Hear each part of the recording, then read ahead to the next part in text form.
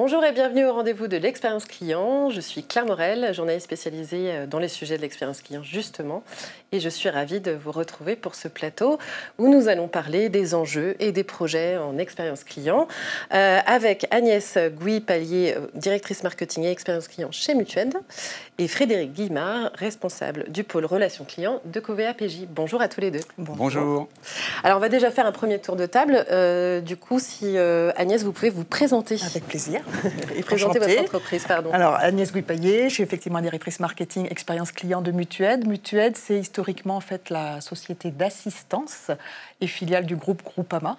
Donc, nous intervenons historiquement dans l'assistance. Et puis, nous nous sommes étoffés un peu notre offre avec tout ce qui est l'assurance affinitaire pour proposer, co-construire des offres avec des courtiers qui eux-mêmes ont des distributeurs et qui peuvent aller dans des univers d'auto, d'habitation, de santé, du voyage, du sport, proposer du coup des offres qui combinent l'assistance, l'assurance et les services. Donc, en synthèse, on est dans un modèle B2B2B2C et en marque blanche qui plus est.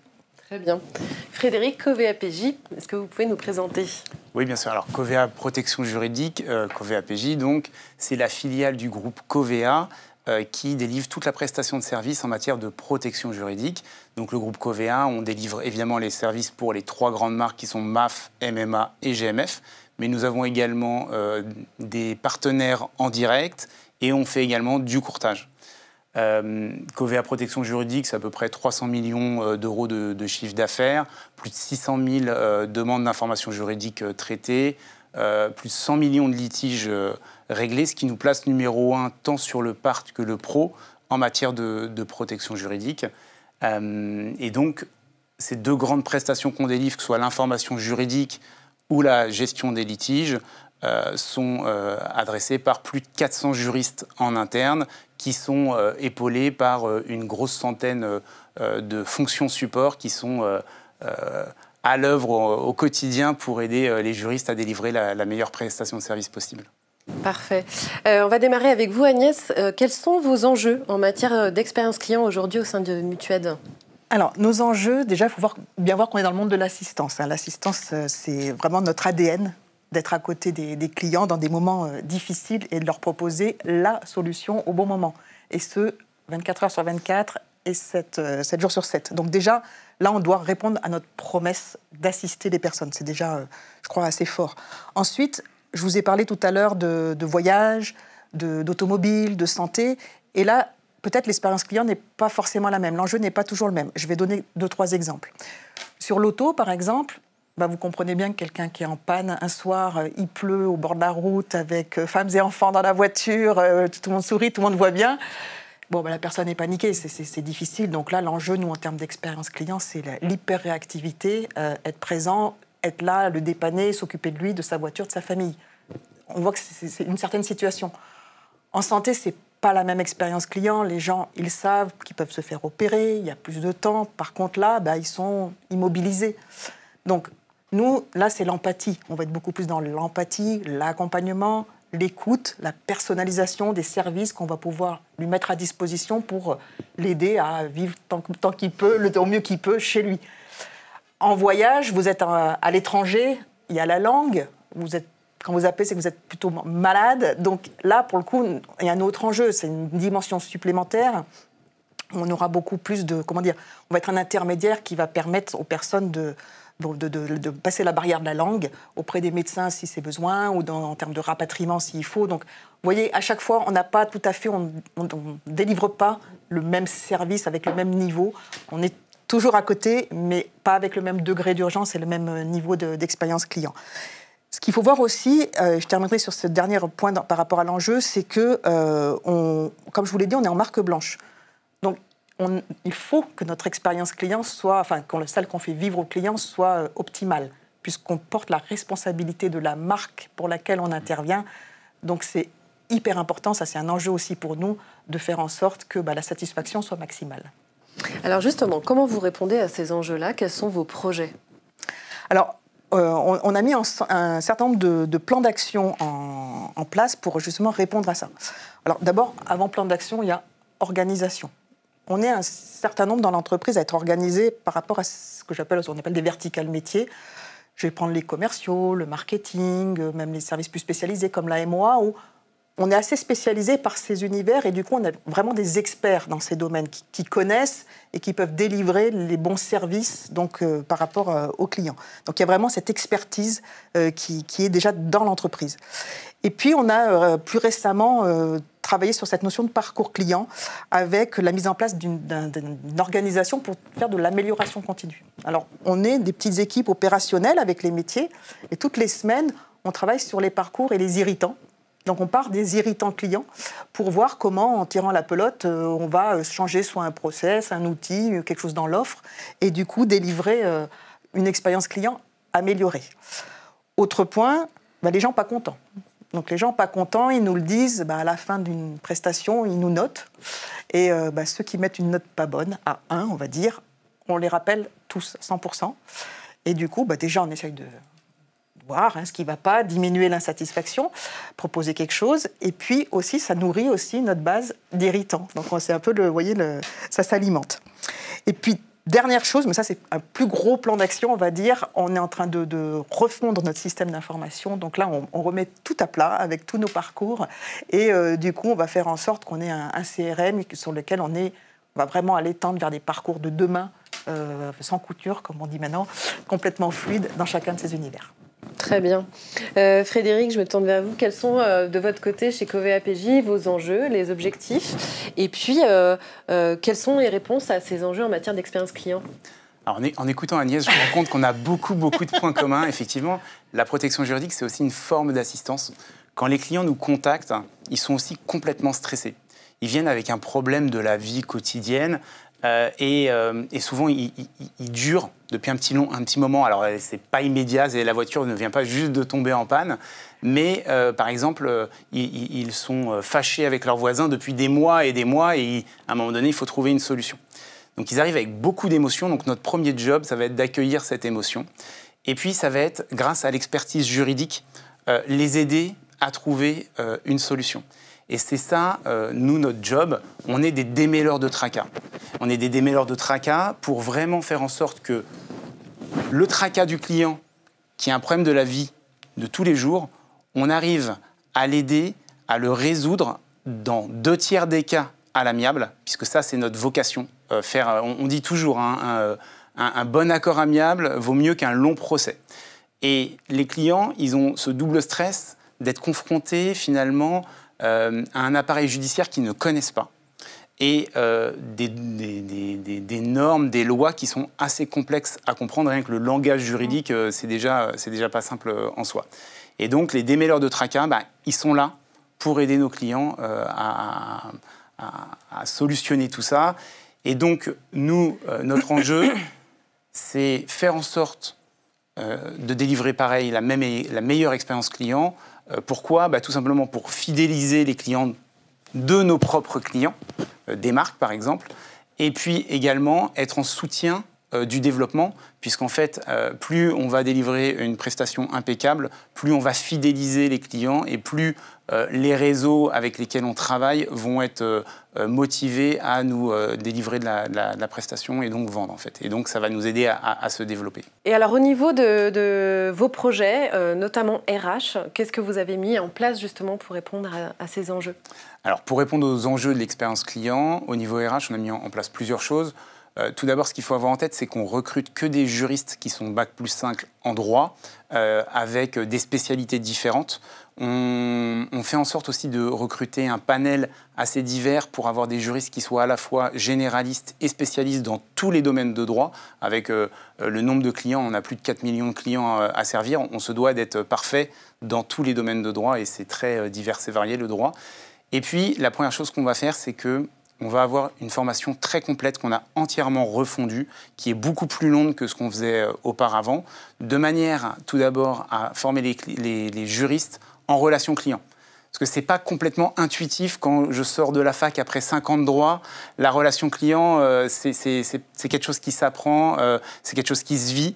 Donc on a beaucoup d'accompagnement et théorique et aussi pratique avec des séquences de double écoute, des simulations qu'on réalise, ce genre de choses. Et puis, on va aussi beaucoup les former sur la partie négociation amiable, puisqu'on est des faiseurs d'accords amiables. Et donc là, on va vraiment, pareil, les former à activer les bons leviers, qui sont d'ailleurs parfois pas des leviers juridiques, qui sont des leviers de techniques de négociation classiques. Mais évidemment, le droit vient rajouter une couche. Donc ça, c'est la première chose au niveau RH. La deuxième, c'est le management. Tous nos juristes sont cadres, mais il faut absolument qu'on arrive à les rendre encore plus autonomes.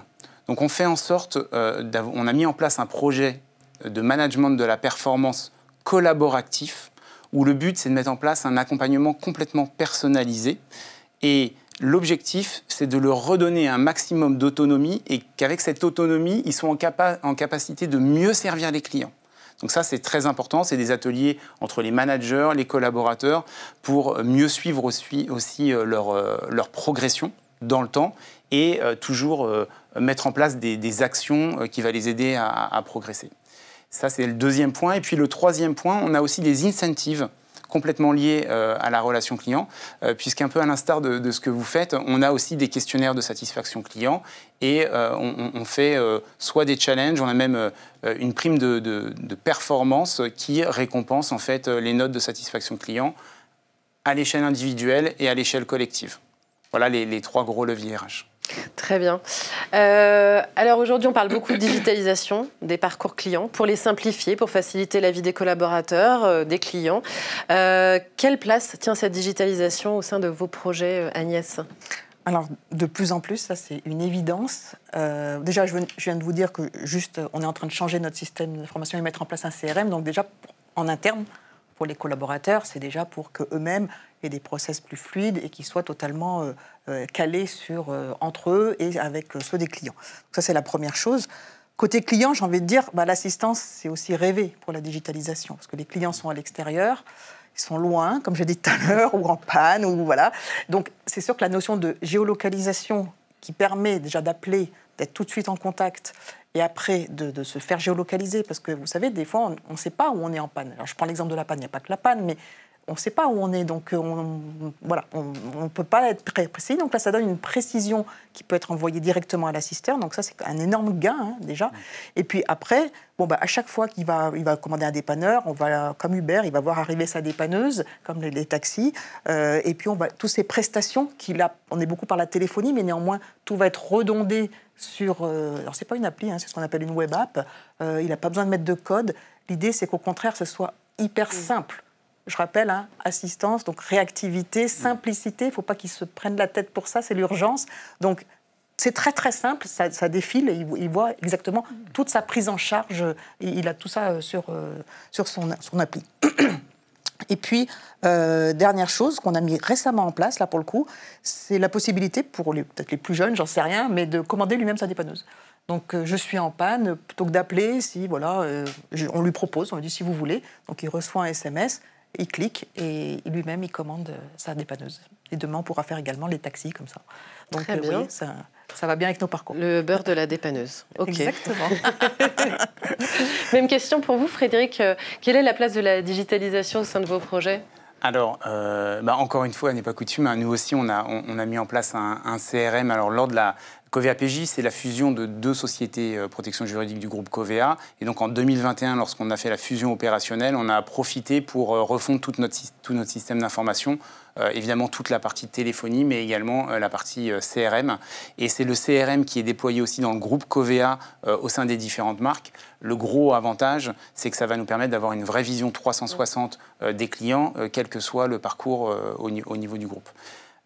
Ensuite, sur les parcours digitaux, on travaille à améliorer vraiment l'accès self-care, notamment sur la visibilité du suivi du litige pour le client directement en ligne. Ça, c'est très important parce que on fait tout pour résoudre les litiges à l'amiable, pour aller assez vite, mais dès qu'on va partir au judiciaire, ce sont des procès qui peuvent durer 18 mois, 3 ans, puis on a même encore des dossiers qui datent de 20 ans, en fait, qui sont encore en cours.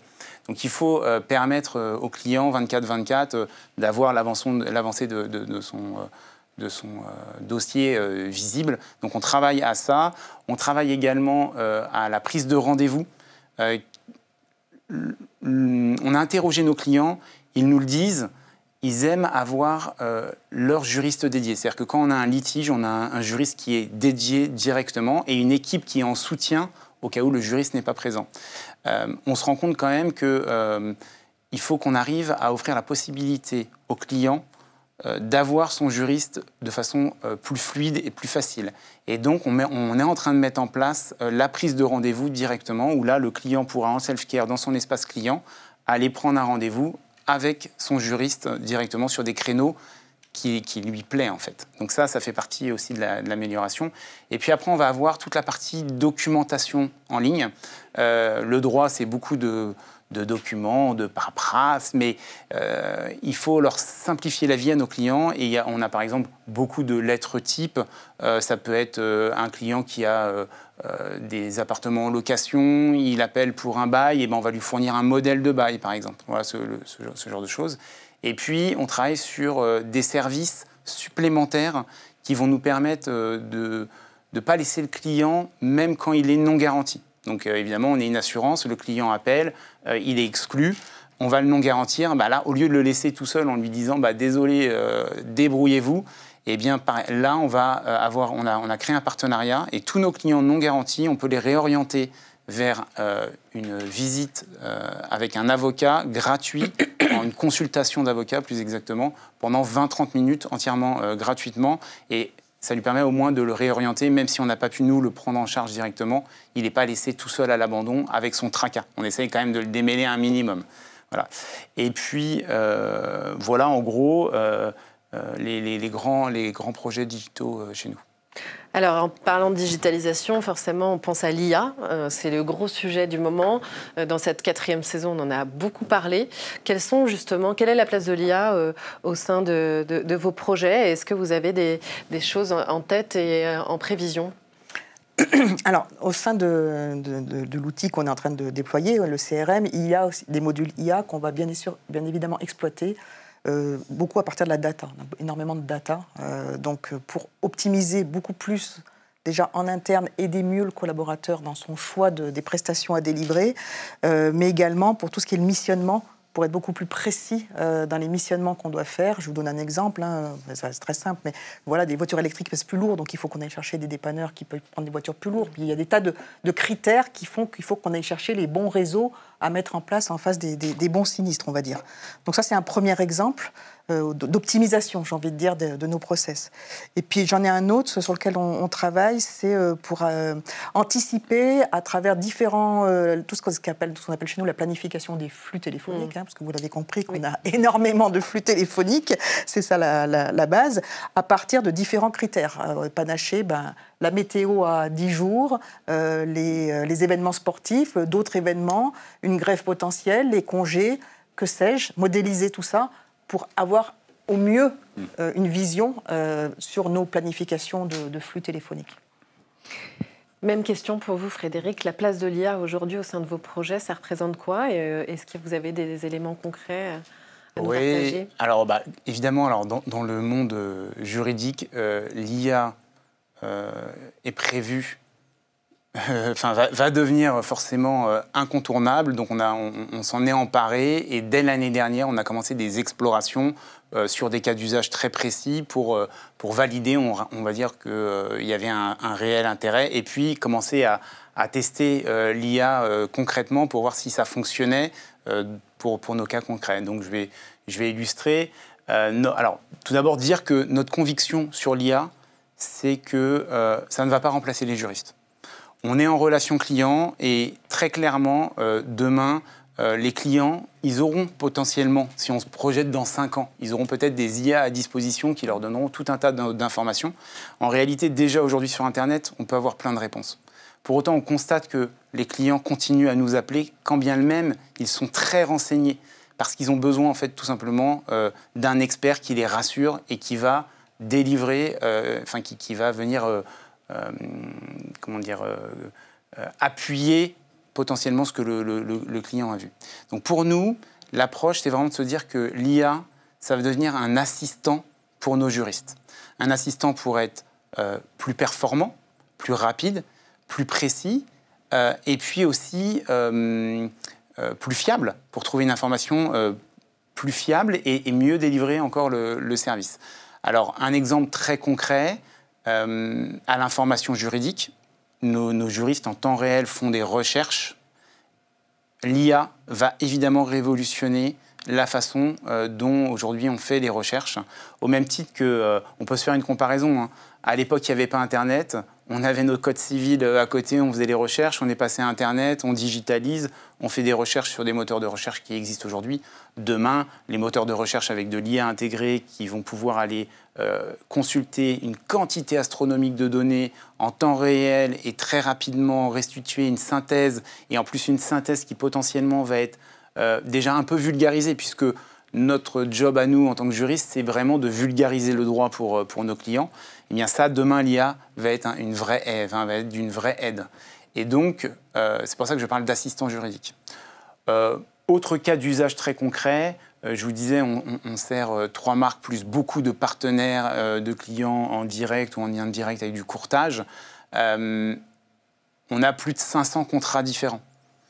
Ça veut dire que pour nos juristes, parfois, s'y retrouver dans tous les contrats, ça demande une certaine gymnastique. Oui, ça demande du temps de recherche. Là aussi, l'IA doit pouvoir nous aider à aller plus vite, à trouver les bonnes garanties qui sont associées aux bons clients et pouvoir répondre plus rapidement. Et puis après, on pourra en parler pendant des heures, mais je crois que pour le monde juridique, oui, ça va vraiment bouleverser les choses plus tard. Merci à tous les deux. Nous devions aussi accueillir Frédéric Brizard, qui est directeur général de SFG. Il n'a pas pu se joindre à nous pour cause de grève dans les transports aériens. Nous l'avons interviewé en vidéo et nous vous proposerons de visionner son témoignage un peu plus tard. En attendant, là c'est la fin de cette saison 4. J'étais ravie de l'animer et je vous dis peut-être à l'année prochaine. Merci. À bientôt, merci beaucoup. Au revoir. Merci, au revoir.